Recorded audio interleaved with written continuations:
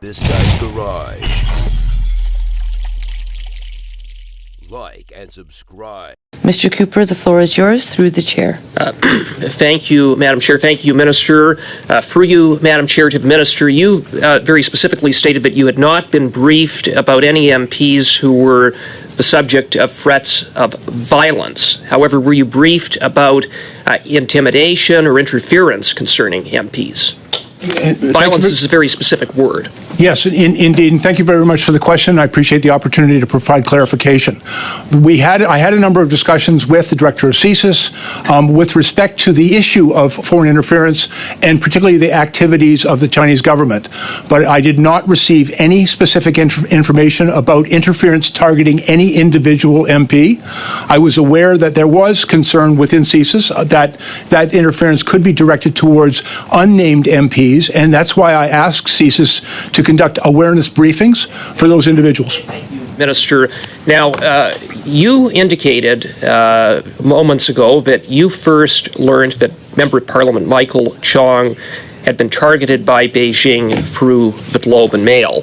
But we know that CSIS had attempted to inform you that MPs were being targeted, including specifically MP Michael Chong, in an issues management note that had been sent to you and to your chief of staff via a top secret email, and that you didn't see that note because you didn't have the login in information, and neither did your chief of staff. How is that possible?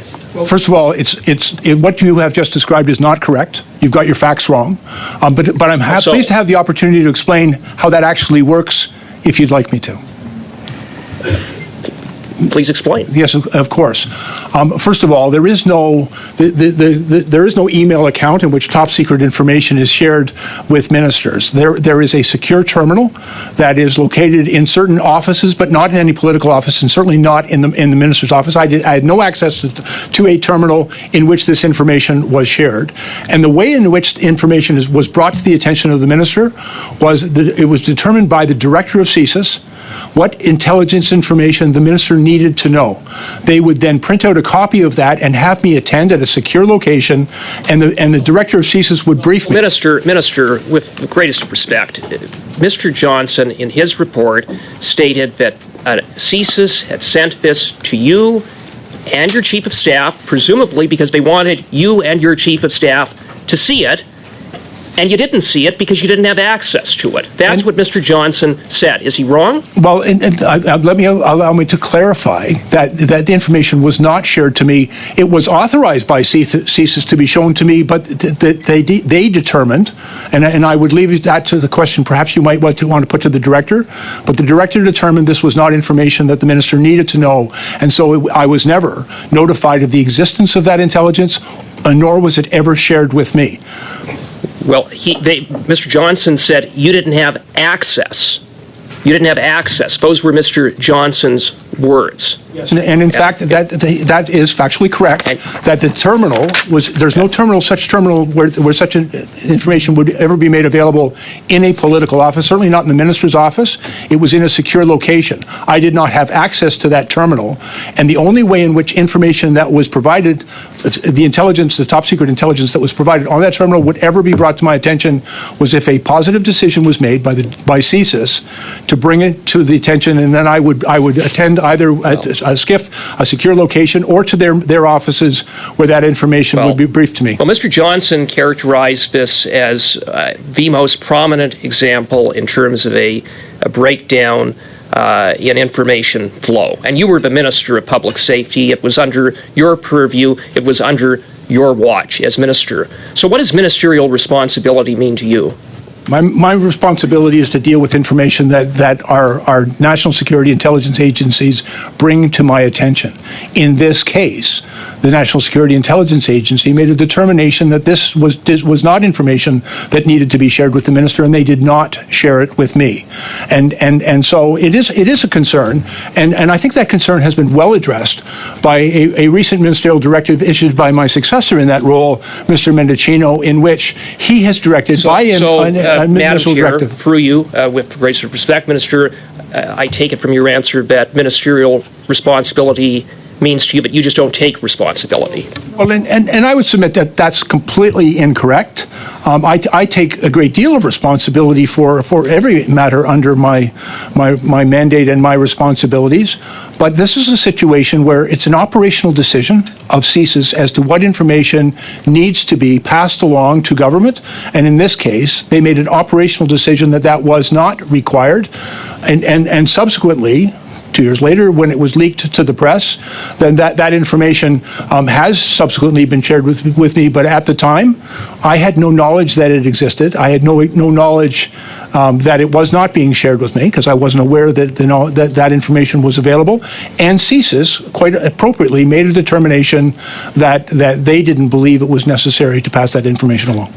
Well, Minister, I would submit to you that the buck stops with you as Minister of Public Safety, and it is quite an indictment on this government that you as Minister of Public Safety, the Prime Minister, and the National Security Advisor to the Prime Minister, the current one, found out about this in the Globe and Mail. Quite an indictment.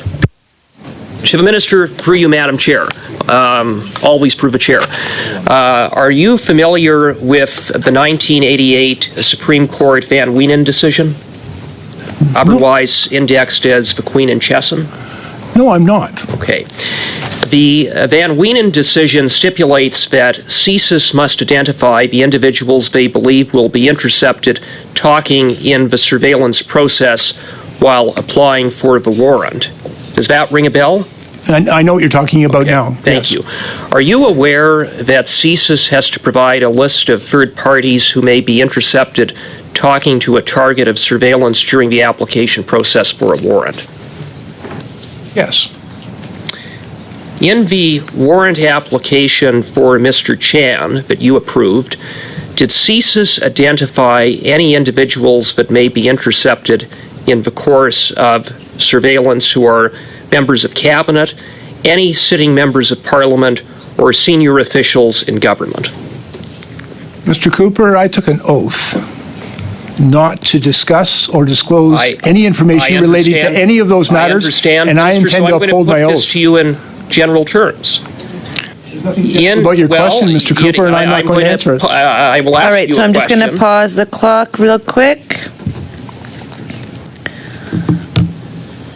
And I feel like sometimes that alone helps. As we know, one person speaks at a time. Minister Blair, I know you don't frequent this committee, but we do appreciate you taking the time to come, and you responded really quickly, and that's something I said to Ms. Thomas as well. Because of a little bit of the culture of this place, members who sit on the committee do tend to, I guess, have the time. Wherever I see that you're not getting time, I will make sure some is provided to you to answer. But sometimes, just with the importance of this topic, we know where it's headed. So I'm just going to let us get through this together, okay? All of us. Great. Mr. Cooper, the floor is back yours. I will pose the question more generally. In any warrant application that you approved, CSIS warrant application, did CSIS identify any individuals that may be intercepted in the course of surveillance who are members of Cabinet, any sitting members of Parliament, or senior officials in government? I'm sorry, Mr. Cooper. That information is something that I am not prepared to discuss in a non-secure setting, simply because I've taken an oath not to. And I intend to uphold that oath. Are you aware of Mr. Chan in any way communicating with members of Cabinet, any sitting members of Parliament, senior officials in government? And is there any context to your question? Saying that Mr. Chan's been around a long time. Yeah. I will tell you that when I was the police chief, I encountered Mr. Chan on a number of occasions. Is that the nature of your question? Okay, how long have you known Mr. Chan? Has he been involved in any of your political campaigns? I don't believe so directly, but I'm aware of the man. Like I said, I've known him since I was the police chief in Toronto. Do you consider him to be a friend? No, sir. How long has your chief of staff known Mr. Chan and worked with him? I haven't any idea, sir. You have no idea? No. Okay. Minister, through you, Madam Chair, did you receive the PCO Daily Foreign Intelligence Brief dated February 21st, 2020, that stated that there was an active foreign interference network by Beijing in the 2019 election? Actually, I'll have to check. I don't recall that particular Well, maybe date. to help refresh your memory, on December 21st, 2022, you were quoted in the in a global news article acknowledging that you had received certain information from that memo. So I presume you have seen that memo. Well, again, it's a classified document, and I well- can't discuss classified documents in this setting. You may not. I certainly appreciate you're not able to talk about classified documents, but what has been produced to this committee in that memo, so it's not classified, spoke of an active foreign interference network by Beijing in the 2019 election. That isn't classified. Did you see that?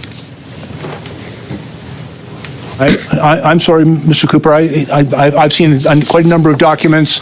I can tell you during that period of time, we were taking action to respond to foreign interference by the People's Republic of China against our government. So, but I can't speak to this particular document. Madam Chair, through you, this is not intended to be a prop. Just to try to refresh the minister's memory, this is a document, a memo, that has been one of the very few documents that has been produced to this committee, so it has been asked multiple times. I'm surprised you're unfamiliar with it, given that fact, given that you're appearing here on foreign interference, given that you were the Minister of Public Safety, and given that you stated on December 21st that you had you acknowledged having received certain information. So I'll put it to you again. Did you receive that memo? Were you aware of that interference network by Beijing? And what did you do with that information? Yeah, I would like an opportunity to confirm. I want to give a forthright answer to this committee. If in fact that particular memo was shared with me, I can't see what you've held up from this distance, and it appears to be heavily redacted in any event. But I'll certainly I can determine whether or not that briefing in fact took place, when it took place, and I'll happily report back to this committee. Well, just very quickly. There's no really quickly, because the members who sit here, you guys know the beep goes off, and then you know how I am, and then if I don't run a tight ship, then you guys complain to me that you didn't run a tight ship and we didn't get all our rounds in. So I wouldn't sit on the fence for too long, because after a while it does start to hurt.